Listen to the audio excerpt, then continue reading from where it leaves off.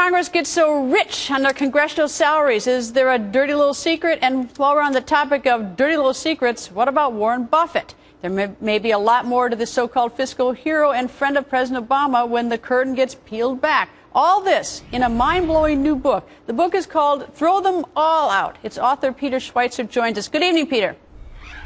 Hey, good evening, Greta. Great to be on with you. Nice to have you on. Okay, so what's your theory on members of Congress on both sides of the aisle, Republican, Democrats? They come into office and they make about less than $200,000 a year. They stay in office for about 5, 10 years, and they leave very wealthy people. How does this happen? Well, they're able to leverage their position and take advantage of their position in ways that people couldn't with other jobs. When it comes to stock trading, for example, they're able to use inside information that they glean from their government service about individual companies or about the economy in general. They get special access to IPO shares of stock, which give them huge returns on a day or two, and they're getting those stock primarily because of their position in power. And they're able to use taxpayer money in the form of earmarks to improve the value of their commercial and residential real estate. So it's a wonderful scheme and a wonderful way to maximize their net worth that if any of us were to do it in our jobs, we would face some serious legal jeopardy. All right, and your book is replete with examples. You talk about the real estate deal. And there's one particular example about former Speaker of the House, Dennis Hastert, how he became a very wealthy man after he left, after a short order. But what I've seen other interviews with you, read your book, but the thing that caught my attention is besides members of Congress, you talk about Warren Buffett. Now, Warren Buffett is someone who has, people have looked to in terms of fiscal responsibility and rather pure in the business world, but you sure don't paint him. What's the story on Warren Buffett according to your research?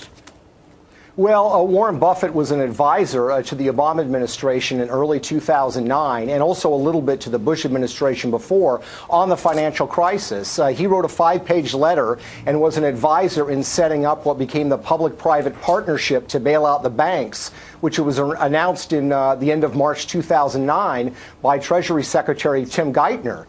This seems like a very selfless act. The problem is that when you look at his investment moves, he was at the same time literally buying millions of shares of stock in the very banks that would end up being bailed out by the plan that he helped put together. So he was able to buy banks for pennies on the dollar in some cases because there was so much uncertainty of what the bailout would look like. But because he knew what it was going to be like, he was able to buy those shares. And when the public-private partnership became public, those stocks all spiked, and he did very, very well. Well, you describe him, two of the terms you use, as political entrepreneur and that he is a genius at PR. You're very harsh on him. Well, yeah, I mean, I think it reflects the facts. He has this image of being sort of the grandfatherly investor, who owns Dairy Queen and, stands at the Dairy Queen making ice cream cones. But you don't get in a position that he does without understanding the political game. And he's done that. He's done that with not just with President Obama, but in other circumstances. And I think this is one of the frightening developments, Greta, that as the government's gotten much more involved in the financial sector, healthcare sector, and elsewhere, a lot of investors and entrepreneurs are coming to realize that it's a better use of their time to invest in the political process because they're going to end up making more money that way than in, doing further analytics or developing new products or new technologies for their companies. That's the consequence of, I think, what we have today, which is increasingly crony capitalism. Well, you hear often about sort of the benevolence of Warren Buffett. He talks about the taxes. Now he wants to make sure that it's fair and everything. Yet, if you read your book, he looks like this is the most self-serving, self-interest, diabolical investments and working the system. It's a very different picture.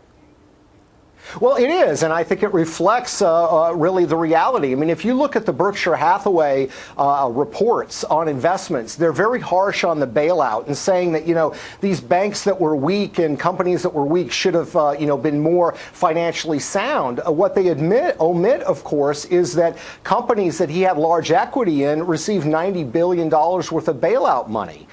So he was a beneficiary of the bailout. If you look at how he took a large equity stake in Goldman Sachs in November of 2008, he was able to get that at a premium. He got a guaranteed 10% dividend from Goldman Sachs. He did that and he's been open about this, only because he knew that Congress was going to pass the TARP legislation, which was legislation, by the way, that he was advising them on and encouraging them to bail out. I mean, that's a massive conflict of interest that has not been revealed and, frankly, should be revealed. He's not a disinterested party when he is offering advice on a whole host of matters.